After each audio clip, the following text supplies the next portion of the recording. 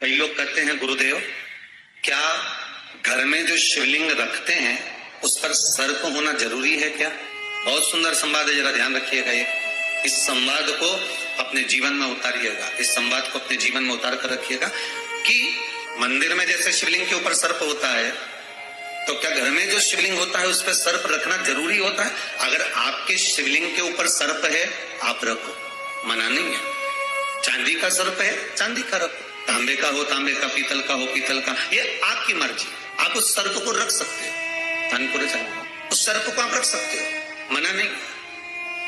हम ये नहीं कहेंगे कि तुम उसको निकालो और निकाल कर कहीं विसर्जन कर आओ या निकाल कर कहीं छोड़ आओ, हमारा हम उसका नहीं कहें। हमारा तो केवल इतना कहना है कि घर में, अगर मंदिर में, घर के पूजन स्थल में शंकर जी के शिवलिंग पर अगर सर्प रखा है तो बहुत अच्छा। और अगर आपके मन में आए कि हमें अलग से हमारे यहाँ नहीं है तो हम क्या बनवाएं, तो बनवाने की जरूरत नहीं, रखा है तो बहुत अच्छा है, बहुत अच्छी बात। पर घर के शिवलिंग पर अगर सर्प नहीं है तो अलग से बनवा कर रखने की जरूरत नहीं है। शिवलिंग में पहले से ही सर्प होता है, ये शिव महापुराण की कथा में, ये कारकोटक की कथा में स्पष्ट किया गया। 1000 सर्प माता कद्रू के पुत्र हैं, 1000 पुत्र माता कद्रू के, और 1000 ये सर्प जो माता कद्रू के हैं उसमें चौथे नंबर का सर्प है कारकोटक, जो भगवान शंकर के शिवलिंग से जाकर लिपट गया, भगवान शंकर के शिवलिंग से जाकर और भगवान की भक्ति में ऐसा डूबा। बस वो कारकोटक भी शिव से जुड़ने के बाद में, शंकर को लगने के बाद में, वो कारकोटक भगवान के एक बार हृदय चित्त से लग गया, फिर उसकी चित्तवृत्ति में कोई दूसरा समाया ही नहीं। घर में ये जरूरी नहीं है कि आप सर्प रखें, क्योंकि शिवलिंग के अंदर तो खुद सर्प बैठा। क्यों कहते हैं कि पितरों की अगर पूजन करना हो तो शंकर जी पे दूध चढ़ा दो, पितरों की सेवा हो जाती है। क्यों कहते हैं सर्पों की पूजन करना हो तो शंकर पे जल चढ़ा दो, शिव की सर्पों की पूजन हो जाती है। क्यों कहते हैं पितरों की, आहूतों की, वासुकों की, जिनकी भी आराधना करना है आप सर्प पर आप दूध जल आदि चढ़ा दीजिए, उनकी सेवा हो जाएगी, उनकी सेवा हो। कितना सुंदर संवाद है।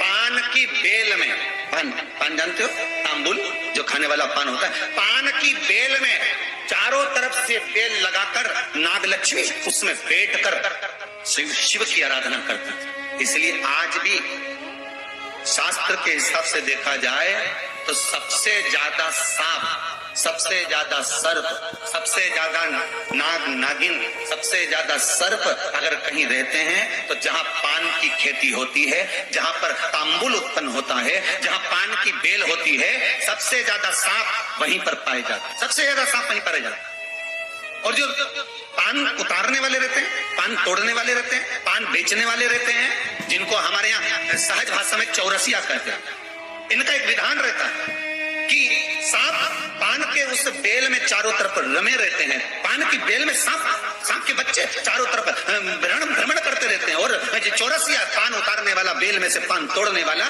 सांप के बच्चों को उठाकर, सांप को उठाकर उधर रख देता है और पत्ते तोड़ लेता है, पत्ते तोड़ उसको सर्प नहीं डसते। क्यों? क्योंकि यहाँ पर वर है इन चौरसियाओं को। कई चौरसिया लोग सोचे होंगे कि हम नाग की पूजन करते हैं, हम सर्प की पूजन करते हैं, नाग पंचमी पे हम सर्प का स्मरण करते हैं, हमारे कुल देवता के रूप में हम सर्प पूजते हैं। पर कभी चौरसिया ने विचार करा कि आखिर तुम्हें कौन सा वर प्राप्त हुआ कि तुम्हें सर्प नहीं डसेगा? तुम्हें कौन सा वर प्राप्त हुआ कि सांप तुम्हें नहीं काटेगा? पान उतारते समय, पान तोड़ते समय, पान को ले जाते समय सर्प तुम्हें डस नहीं करेगा। क्योंकि जिस समय पर नाग लक्ष्मी भगवान शिव की आराधना करती है पान की बेल के पास में, उस समय पर एक सहज भाव में, एक ग्रामीण, एक सहजता उस नागिन को आते हुए देखता था, नागलक्ष्मी को आते हुए देखता था। जो नागिन कभी तो सुंदर स्त्री का रूप, लक्ष्मी जैसा रूप बना लेती है, और कभी नाग का रूप बना लेती है। बड़ा विचित्र उसको लगता था, और वो एकांत में बैठा। इसने आकर देखा कि नागलक्ष्मी सेवा में लीन रहती, किसी जीव को वहां आने नहीं देता। शास्त्र तो यहाँ तक कहता है कि जब नाग लक्ष्मी पूजन करती थी तो कहा, पूछा गया ये कोई जीव इसके पास में ना आए तो इसको बचाता था। एक दिन नाग लक्ष्मी जब बड़ी हो गई, देख लिया उसने इस ग्रामीण को, इस मानव को जब देखा जो चारों तरफ से किसी ना किसी रूप में नाग लक्ष्मी को रसला कर देता है, प्रदान करता रहता है, कुछ ना कुछ तत्व देता रहता है।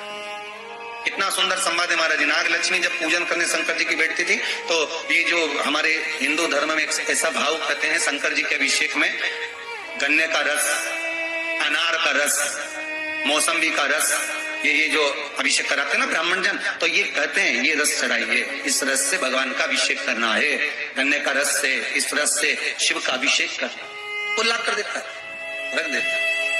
रोज नारी लक्ष्मी पर रोज आश्चर्य होता है कि आखिर ऐसा कौन है जो लाकर रोज रख देता है, कौन है ऐसा, एक कौन है।